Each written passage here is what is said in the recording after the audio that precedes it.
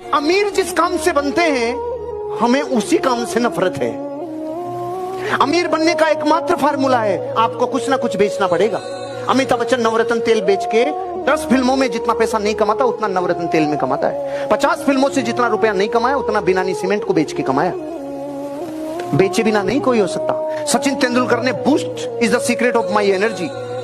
जिंदगी में जितना कई मैचों में नहीं मिला उतना बूस्ट ने दे दिया, जितना कई मैचों में नहीं मिला उतना एमआरएफ के टायर वालों ने दे दिया। जिंदगी में ध्यान रखना, बेचे बिना अमीर नहीं बन सकते। हर बच्चे के बैग में, चाहे किसी भी सब्जेक्ट का बच्चा हो, अगर उसने 10th पास कर ली, उसके बैग में ये पुस्तक डाल दो जिसका नाम है रिच डैड पुअर डैड।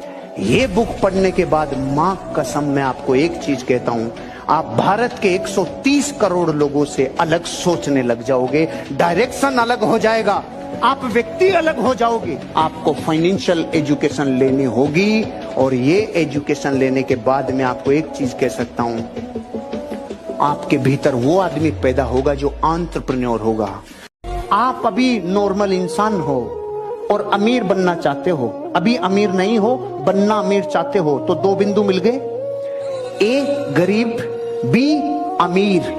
ए से बी को धरती पे जोड़ने का अगर कोई काम कर सकता है तो माथा, मेंटल सिमुलेशन।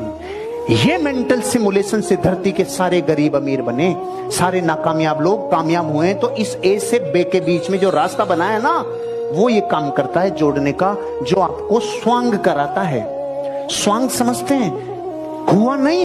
जिंदगी में सबसे बड़ा काम जो करता था, जिसकी वजह से दुनिया उसको मानती है, जिस जहाज पे से उसकी सेना उतरती थी कि इस राज्य को जीतना है, तो सबसे पहले पूरी सेना उतरते ही उस जहाज को बॉम्ब से उड़ा देता था।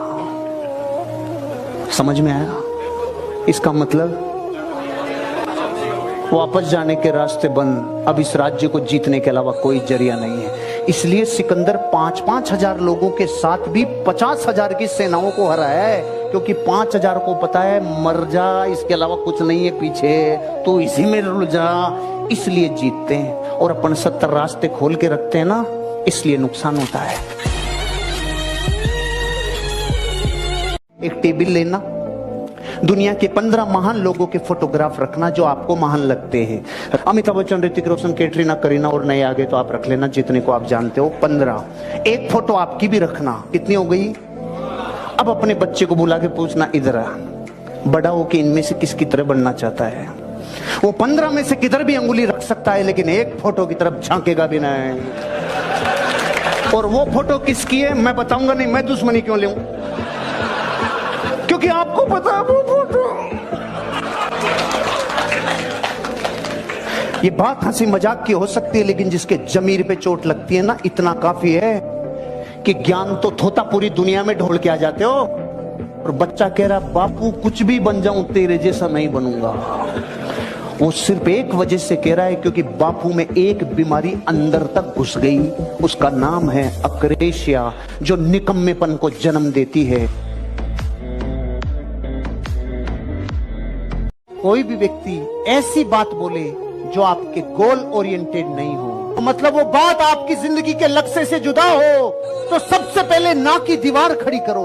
और फिर पूरा मौका है, उसमें से एक दरवाजा निकाल के हाँ तो कभी भी कर सकते हो। क्यों? क्योंकि जिंदगी में गलतियां आविष्कार की जननी होती है।